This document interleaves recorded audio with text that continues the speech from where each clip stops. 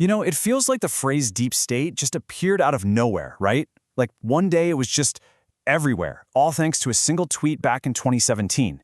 But here's the crazy part. What if I told you its real story, its true origins, have nothing to do with Washington, D.C.? Instead, we have to go back to 1990s Turkey, where the deep state meant something real, something violent, and frankly, something way more terrifying than most of us can even imagine. Yeah, let's dig in. All right, so let's start peeling back the layers on this thing. We've got to go back to the beginning to really get how this phrase went from an obscure term to a political sledgehammer. Okay, just look at this. On one side, you've got the original meaning in Turkey, derin devlet. We're talking a clandestine network of military, intelligence, even organized crime, a group that literally orchestrated coups and assassinations. Heavy stuff. Then, you look at how the term deep state is thrown around in the US today. It can mean anything from career government employees who disagree with a policy to just slow bureaucracy. The contrast is just staggering. How did we get from A to B? And yet, despite this confusion, look at these numbers. Nearly half of all Americans believe some kind of deep state is secretly at work. Think about that. Almost half the country believes in a thing that almost no one can actually agree on what it is. That right there is the central paradox we're diving into. The belief is huge, but the definition is, well, it's a mess. So that's the big question, isn't it? That's the mystery we're unpacking here. How on earth did a term for a shadowy, violent network in Turkey become one of the most powerful and divisive political weapons in America today? This is about more than just words. It's a story about power, who has it, and who we trust. All right, so when we investigate this, we're really looking at two main theories, two main suspects, if you will. On one hand, you have the idea that the deep state is just bureaucracy. It's the permanent government doing its thing, maybe a little slow, a little clunky, but ultimately working as designed. Or is it something more sinister, a genuine conspiracy, a hidden cabal working against the will of the people? So let's talk about that first suspect, the bureaucracy. The sheer size of it is just mind-boggling. We're talking over 2 million civilian federal workers. That's a population bigger than the city of Houston. But here's the thing you have to understand. This wasn't an accident. This massive, permanent government was designed this way on purpose. The whole idea was to have stability and expertise that could outlast any one president or political party. It's supposed to be a feature, not a bug. But let's be real. Being suspicious of a huge, powerful government isn't exactly a new idea in America. This anxiety has deep roots. I mean, you go all the way back to 1961, and you have President Eisenhower, a five-star general, warning the nation about the growing power of the military-industrial complex. And then you have scandals like Watergate in the 70s and the Iran-Contra affair in the 80s, which just poured gasoline on that fire. These events showed everyone that, yeah, sometimes unelected people in government do operate in the shadows.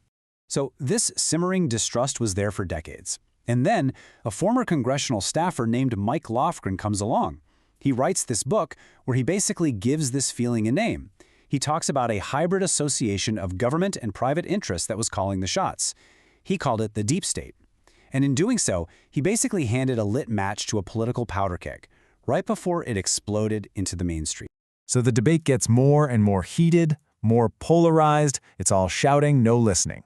And then, something unexpected happens. In 2019, a bunch of internal FBI documents get released, and for the first time, we get a peek behind the curtain, a raw, unfiltered look at how the sausage is actually made. And what these files showed? Well, it challenged what everyone thought they knew. Now, you might expect these documents to be super dramatic, right? But a lot of it was pretty normal stuff, emails, memos. But when you look closer, you see these incredible moments. You see career civil servants, people who have been there for decades, pushing back, not for political reasons, but because they're raising concerns that a new policy might literally violate the Constitution. They're doing their jobs. And this is maybe the most important part of the whole story. The files didn't reveal a secret society of villains trying to overthrow the government. But they also didn't reveal a team of flawless heroes. What they revealed was a human institution, complicated, messy, and full of contradictions. You had evidence of people fighting to uphold the rule of law, absolutely. But you also had clear evidence of institutional bias, of people protecting their own turf. So the truth wasn't a shadowy cabal, but it also wasn't a perfectly neutral machine. It was something in between. So what this really does is force us to change the question we're asking. The whole "is it real or not" debate, it kind of misses the point. The much better, more useful question is this: how does this incredibly powerful, permanent part of our government actually work? And maybe more importantly, how do we make sure it stays accountable to the people it's supposed to serve?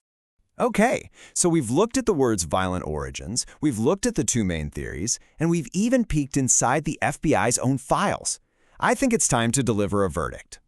So here's the verdict. Is there a deep state? Well, yes and no. Is there a real, permanent bureaucracy with immense power, its own culture, and a whole lot of influence? Absolutely. That's just a fact. But is there an imagined deep state? A single, secret cabal of evil people meeting in a dark room to run the country? The evidence just isn't there. It's both a tangible reality and a powerful myth, all at once. And that, right there, is where its true power lies. The phrase deep state has become so potent, not because of what it actually describes, but because of what it allows people to believe. It's become a narrative weapon. It's a simple story to explain a complicated world, a way to put a face on your fears or frustrations by creating a hidden enemy. So, knowing all this, what now? What do we actually do with this information? And more importantly, why should you even care about any of this? Well, instead of getting bogged down in endless conspiracy theories, we can actually focus on things that make a difference. We can demand more transparency from our government agencies. We can push for stronger oversight from the people we actually elect. We can support better civic education so we all have a clearer picture of how this whole system is supposed to function. These aren't wild ideas. They're practical steps to tackle the real issues of power and accountability. Because in the end, it all comes down to this one big question. And it's not about hunting for some shadowy cabal. It's about the messy, complicated, and never-ending work of being a citizen in a democracy.